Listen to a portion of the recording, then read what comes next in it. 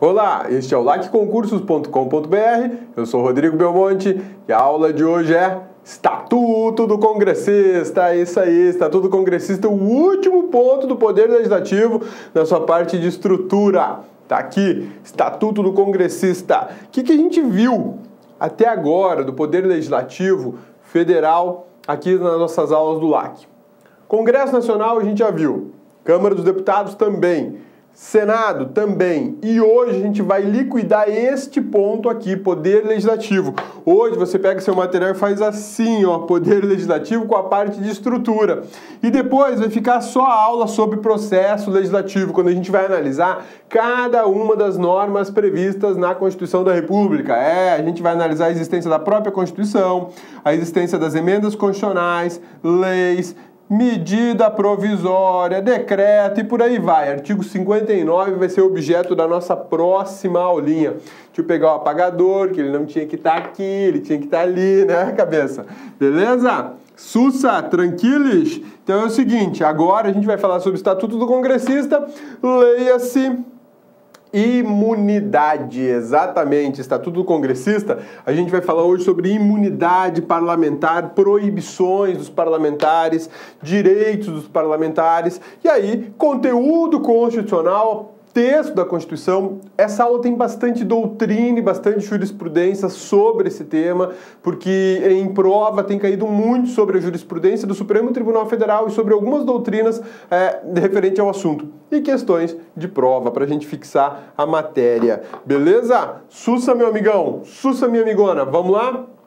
Estatuto do Congressista. Constituição Federal de 1988 trata desse assunto em dois artigos, dois não, né? Em 4 artigos, dos 53 ao 56. Aqui a gente vai falar sobre imunidade parlamentar, vai falar sobre proibições, sobre direitos, sobre punições dos parlamentares. É um assunto muito interessante e muito rico para o examinador. Tem muito detalhezinho legal aqui para cair em prova. O examinador faz a festa com esse assunto. O que é o Estatuto do Congressista? Para que ele serve? Qual que é a importância disso no cenário republicano brasileiro? A gente bem sabe que a República Federativa do Brasil possui 3 funções de Estado. 3 funções de Estado: Executivo, Judiciário e o Legislativo. Dentro do Legislativo a gente tem a Federal, dentro do Legislativo Federal a gente tem uma estrutura chamada Senado, uma estrutura chamada Câmara, e quando elas se juntam a gente tem a figura do Congresso Nacional. Essas atividades legislativas, elas são devidamente regulamentadas pela Constituição da República. E uma das grandes regulamentações é isso aqui, ó, Estatuto do Congressista, que é um conjunto de regras, é um conjunto de normas existentes no texto constitucional sobre a atividade parlamentar federal. Sobre a atividade parlamentar federal. Parte destas regras tem repercussão nas constituições estaduais. A gente vai ver que boa parte dos assuntos referentes ao Estatuto do Congressista é aplicável ao legislador estadual e, em parte, ao legislador municipal. Então, olha só, Estatuto dos Congressistas, previstos no artigos 53 até o 56 da Constituição Federal, é conjunto de regras que trata de direitos, prerrogativas, deveres, impedimentos, sanções aplicáveis aos congressistas. Pode colocar aí, congressista federal, congressista do Distrito Federal, congressista estadual e também ao municipal. Esse municipal aqui a gente vai ver que nem todas as prerrogativas dos parlamentares federais, estaduais e distritais é aplicável ao vereador, por exemplo. Na verdade, a gente viu já na aula de municípios que o vereador possui parcela das imunidades que um deputado federal tem, por exemplo. Ele não tem tudo. A gente vai ver que um deputado federal tem imunidade material e imunidade formal. Já o vereador no município, ele só tem imunidade material. Só tem imunidade material. Beleza? Sussa! Então vamos em frente. Regras dessa natureza apareceram nas constituições brasileiras desde o Império. Olha só que bacana. Desde 1824, a gente já tinha regras sobre imunidade parlamentar, regras sobre o Estatuto do Congressista. Outra coisa interessante, quando você vir numa prova Estatuto do Congressista, leia imunidade. Leia prerrogativa. Tá? Por que isso? Porque a expressão Estatuto do Congressista não é das mais divulgadas, exatamente, não é das mais divulgadas. Então por que o Cabeça colocou o Estatuto do Congressista aqui se essa não é a mais conhecida? Porque eventualmente cai em prova. E porque a Constituição trata dessa maneira, como Estatuto do Congressista. Isso é importante a gente saber. Tradicionalmente, Estatuto do Congressista é um conjunto de regras muito maior do que a ideia só de imunidade. Então, a aula de hoje foi titulada como Estatuto do Congressista, mas ela vai falar sobre imunidade parlamentar, que é um tema super, ultra, mega recorrente em prova de concurso público. Esse tipo de regramento, esse tipo de norma prevista na nossa Constituição Federal de 1988, tem algum similar no exterior? Tem alguma Constituição estrangeira que trata de assunto semelhante a esse aos seus respectivos congressistas? Sim. Portuguesa, a Constituição portuguesa, a Constituição alemã, norte-americana, argentina, italiana, também trata de regras referentes aí aos parlamentares, aos congressistas. Parlamentares portugueses, alemães, norte-americanos, argentinos e italianos também estão sujeitos a regra semelhante a essa aqui. Regra que trata de imunidade material, imunidade formal, de impedimento, de prerrogativa e por aí vai. Beleza? Sussa! Essa era uma introdução essencial para a gente fazer, porque agora a gente vai tratar objetivamente do texto constitucional e o Estatuto do Congressista, segundo a Constituição da República, tem 4 grupos de assunto. 4 grupos de assunto. Apesar de ser do artigo 53 a 56, mas desse pequeno texto constitucional, que a gente já encaminhou já está no material de apoio, a gente traz esses 4 grupos, que é o que fala das imunidades, que é o que fala das proibições, das punições e dos direitos dos congressistas. E é óbvio, nós começaremos pelas imunidades, né, que é o mais requisitado em prova, é o mais questionado. Interessante. Imunidade, por ser uma matéria assim muito questionada em prova de concurso público, o índice de erro é pequeno, porque muita gente se preocupa em estudar. E o examinador, como eu já disse, não é o cara mais criativo do planeta e não consegue, muitas vezes, se superar nos questionamentos sobre imunidade parlamentar.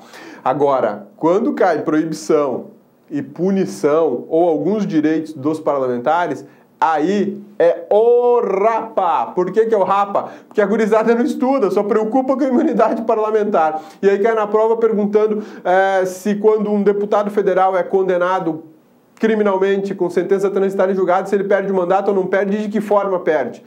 Texto constitucional expresso, escrachado, lá diz exatamente como tem que funcionar isso. Mas muita gente não lê, se preocupa tanto com as imunidades que não lê essa outra parte. Aqui no LAC não é assim. A gurizada é pancada. Então você vai ver tudo. Vai ver tudo. As imunidades, as proibições, as punições e os direitos. Beleza? Vamos lá. Imunidade parlamentar. As imunidades parlamentares surgiram na Inglaterra, isso aqui é muito bacana, né? O parlamento, de forma geral, o berço dele é a Inglaterra. Foi na Inglaterra que surge aí o bicameralismo, que a gente viu no início das aulas do Poder Legislativo, é o embrião daquilo que nós adotamos no Brasil. Nós adotamos o bicameralismo no Brasil, mas não é o inglês, é o norte-americano, é o federalista. Mas a origem de tudo isso está na Inglaterra. A Inglaterra é o grande centro produtor de normas referentes ao legislador, referentes ao parlamento, né? É uma instituição muito importante, por sinal, lá na Inglaterra, tanto que lá eles têm primeiro-ministro, que é um parlamentar que comanda todo o país, né? Em 1688 nasce na Inglaterra a Bill of Rights, que é a Declaração dos Direitos. Essa aqui é uma norma internacional de direitos humanos muito antiga e é referência no mundo para tratar de direitos humanos.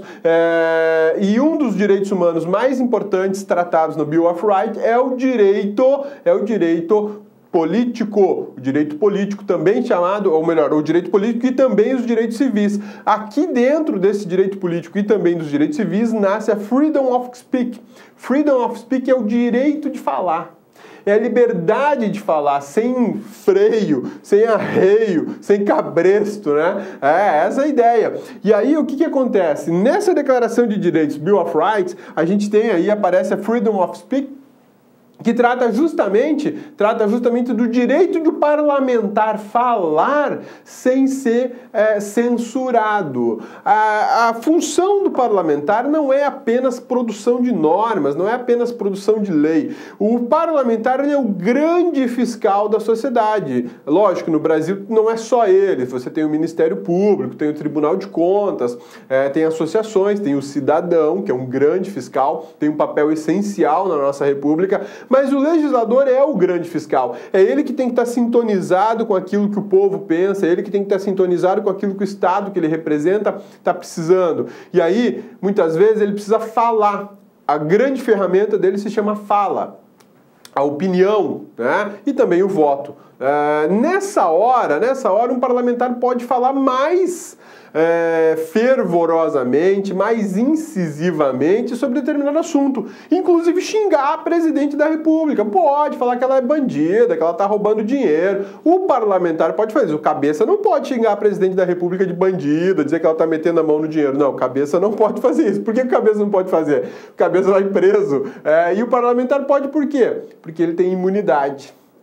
Imunidade parlamentar. A imunidade parlamentar é um escudo, é uma proteção do cargo do parlamentar. Como o parlamentar é um grande fiscal, tem a responsabilidade de fiscalizar assuntos que dizem respeito à sociedade, ao Estado que ele representa, ele pode falar, olha, secretário de esportes está metendo a mão no dinheiro da Copa. Ó, o secretário de fazenda aí está recebendo propina. Olha, o prefeito da cidadezinha tal fez um superfaturamento numa escola lá e a quadra de esporte que era para custar 50 mil custou 500 mil, né?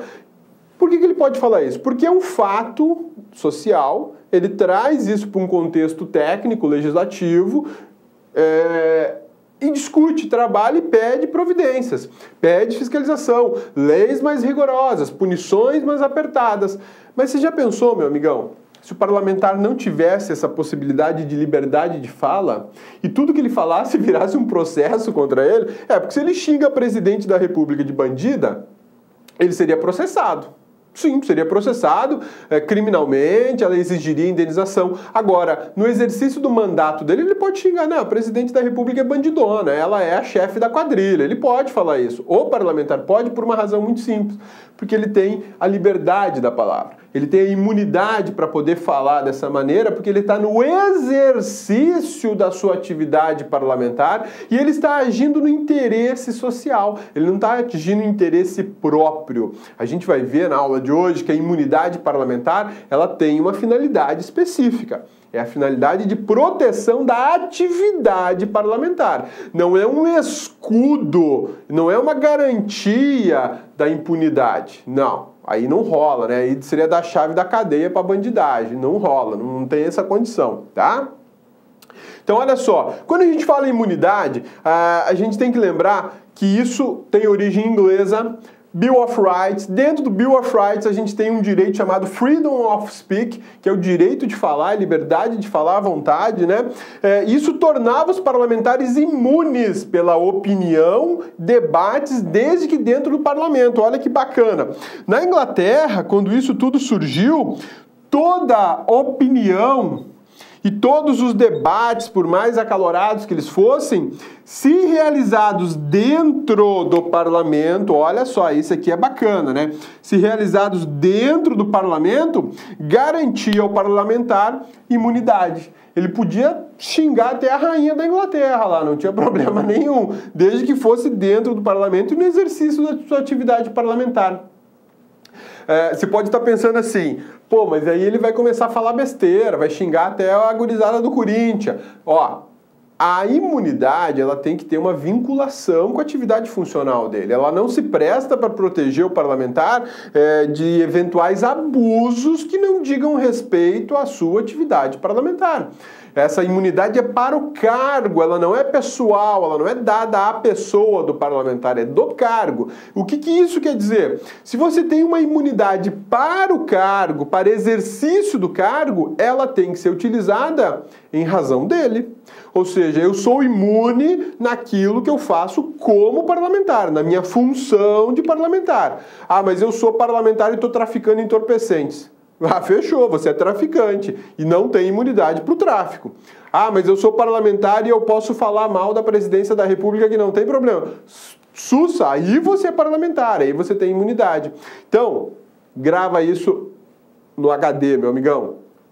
A imunidade parlamentar, ela se presta para proteger o exercício do mandato parlamentar. Ela não é um escudo para bandidagem, ela não é a chave da cadeia, ela não é a garantia de impunidade por crimes que não digam respeito à atividade parlamentar. Ô Diego, e o parlamentar que pega dinheiro público está praticando crime. É função institucional do parlamentar meter a mão no dinheiro público? Ai, Rodrigo, eu acho que é, porque todos os parlamentares fazem isso. Não, tem muito parlamentar gente boa nesse país e tem muito parlamentar tranqueira. O parlamentar gente boa utiliza isso aqui para fins de proteção e garantia de exercício da sua atividade. Agora, tem o parlamentar tranqueira, que ele se utiliza disso aqui para meter a mão no dinheiro, para enrolar, para bagunçar. E aí, o Supremo tem um posicionamento muito claro. A imunidade não prevalece para atividades diversas daquelas atividades previstas para o parlamentar. Não tem... O povo, ó, tá de olho, né? Vamos lá?